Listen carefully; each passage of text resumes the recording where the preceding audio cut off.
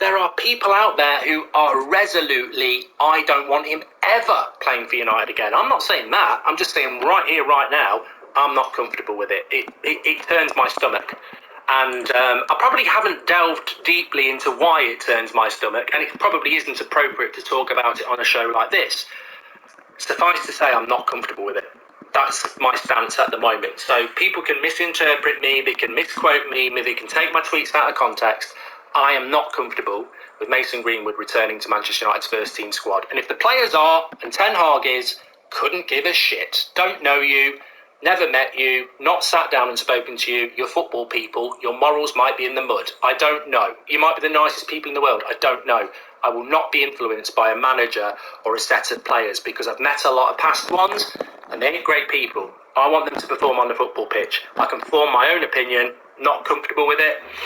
There'll be a lot of people who are comfortable with it. There'll be a lot of people who aren't comfortable with it. But I'm telling you now, the club and everybody who wants him back, don't sit there crying when it all goes to shit. Reap the whirlwind you're going to sow, because it's going to be horrible. Some of the messages I've had over the last 24 hours from rival fans and stuff, and United fans, and I'm not Mason Greenwood. You just think, what is going to happen to him and the football club if they get him back training in the first team? It's going to be horrible. And look, some people won't talk about it. They're terrified. I respect everybody in the chat who is putting their opinion in there. I know it will get toxic. I know people will fall out. I don't really care what you say in the chat. Not bothered.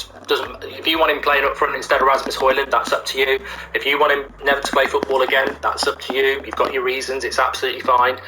But I respect the fact that people will actually talk about it, because this decision is coming. There's no point sweeping it under the carpet. It's coming very soon. And all these people that, sit there moaning about De Gea's distribution, but won't talk about stuff like this, you're not a real pundit. You're not a real fan. You're a coward. You won't even say what you want because you're terrified of what people will think about you. And I'm not talking about ex-players or the media. I'm talking about certain fans.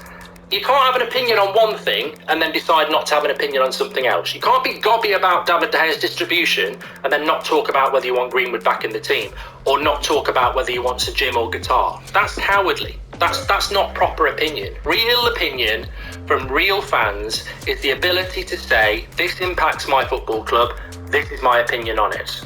And of course you don't have to have an opinion on everything. I couldn't give a shit if when I'm out tonight at the restaurant, if it's, chips or thin cut or French fries. I don't need an opinion on that. Give me whatever. But when we're talking about something we're really passionate about, that's definitely going to impact our season, you've got to have an opinion on it. Of course you have.